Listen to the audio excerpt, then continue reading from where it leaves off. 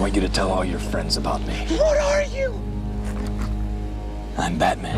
Batman fête en 2019 ses 80 ans. Le Chevalier Noir a connu tout au long de sa carrière de nombreux scénaristes, de nombreux dessinateurs, mais surtout de nombreuses incarnations dans les différents médias, télé, cinéma ou encore jeux vidéo. C'est pourquoi nous allons nous intéresser, dans cette très riche histoire d'un personnage, au succès de ses principales adaptations.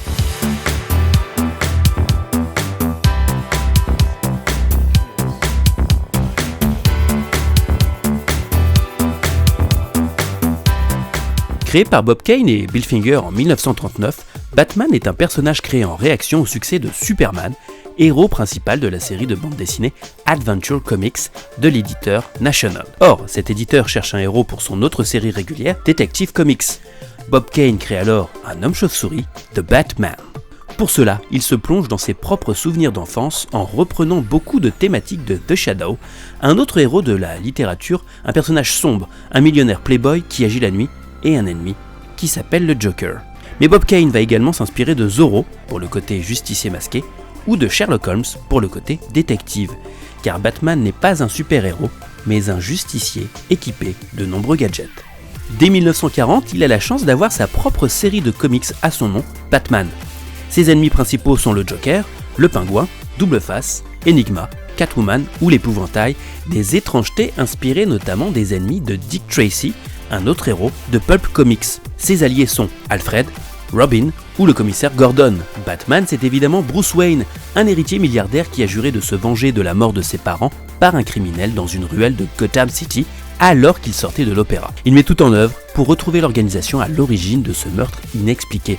Suite au succès des comics, Batman connaît une première adaptation, un feuilleton radiophonique dès 1940, seulement un an après sa création. Puis en 1943 naît une série de fiction de 15 épisodes diffusés dans les cinémas avant les films chaque semaine.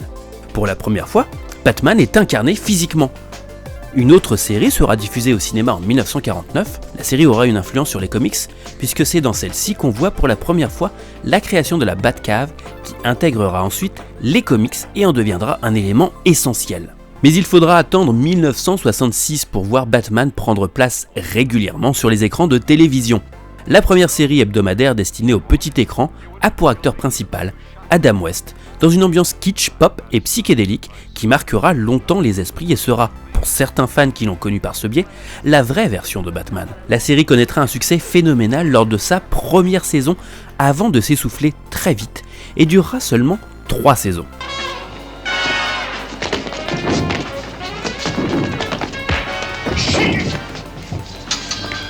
Le premier dessin animé prend le relais en 1968 pour une durée totale de 51 épisodes. Puis une autre série animée est créée en 1977 dans laquelle Adam West reprend vocalement son rôle dans une version diffusée sur CBS et produite par Warner Bros. Alors qu'au même moment, une autre série est réalisée par Hanna-Barbera avec les voix du premier dessin animé. Vous suivez ? La version cartoon la plus célèbre et marquante sera celle de 1992, Batman The Animated Series, qui durera 3 saisons. L'acteur Kevin Conroy lui prête sa voix en VO, devenant culte aux yeux d'une génération. Il continuera de prêter sa voix sur New Batman Adventures et Batman Beyond. Batman gardera la voix de Kevin Conroy jusqu'en 2004 et une version de la Ligue des Justiciers. Ensuite, différents acteurs se succéderont pour incarner The Dark Knight. Au total, plus d'une dizaine de séries animées Batman ont été produites et une trentaine de films d'animation destinés au marché DVD ou à la télévision. Depuis 1992, Batman est en activité permanente sur le petit écran, ne l'ayant plus quitté et enchaînant les séries animées. Du petit au grand écran, il n'y a souvent qu'un pas que le justicier chauve-souris a régulièrement franchi. C'est d'abord en 1966, juste après la fin de la première saison, qu'est produit un film avec les acteurs Adam West et compagnie, qui sort au cinéma dans un temps record, seulement 3 mois après. Le film, à l'intrigue et à la réalisation bien maigre, n'est pas un chef-d'œuvre, mais ne prétend pas l'être.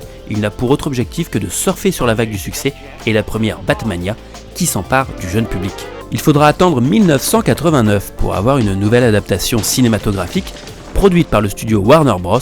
Qui en fait, à l'époque, le film le plus cher de l'histoire. Le studio place Tim Burton à la réalisation, seul capable de créer un univers aussi sombre qu'inventif pour donner corps aux justiciers.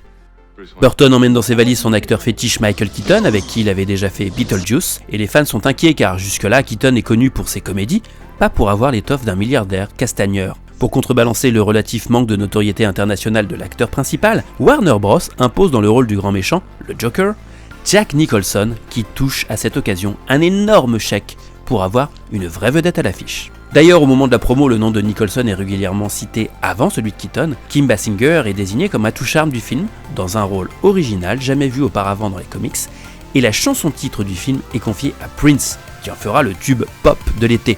La Batmania bat son plein dans le monde entier, les jouets se vendent comme des petits pains, et on peut dire que c'est ce film qui a inventé le marketing qui fera ensuite école, avec des vignettes offertes en magasin, des jouets Batman dans les menus burgers, et des parures de lit et des pyjamas qui envahissent les chambres de très nombreux enfants dans le monde. Car après tout, le film a surtout pour mission de donner envie d'acheter un des produits licenciés Batman.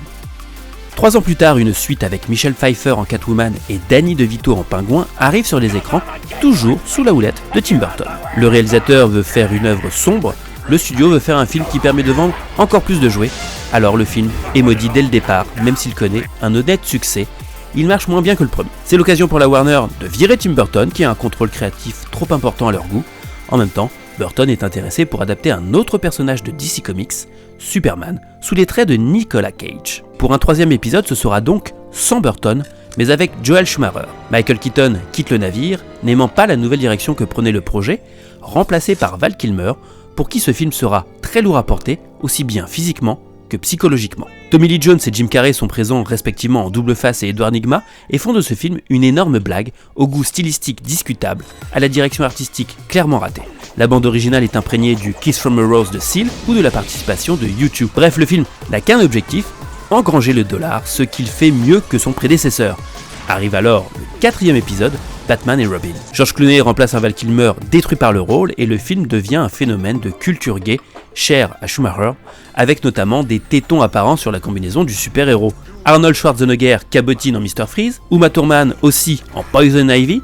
George Clooney est perdu au milieu de toutes ces répliques censées être comiques. Le film est logiquement un flop, étant allé trop loin dans sa logique commerciale, sans discernement, et il n'y aura donc pas de 5e film comme il était pourtant prévu. Le studio range son héros au placard.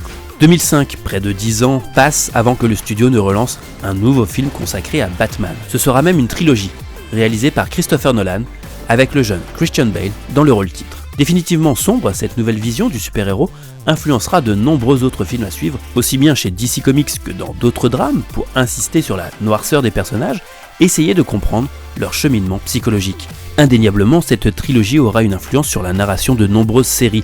Le public veut du sombre, encore du sombre, et côté héros hollywoodien et super-héros, il deviendra inévitable de passer par une origin story. Dans cette première version du 21e siècle, Heath Ledger sublime le rôle du Joker dans The Dark Knight, un de ses derniers rôles avant que la trilogie ne se finisse en beauté, avec The Dark Knight Rises. Au terme de cette trilogie qui rapporte plus de 3 milliards de dollars, Warner Bros veut prolonger l'aventure avec de nouveaux films, mais Christopher Nolan et Christian Bale refusent tous les deux.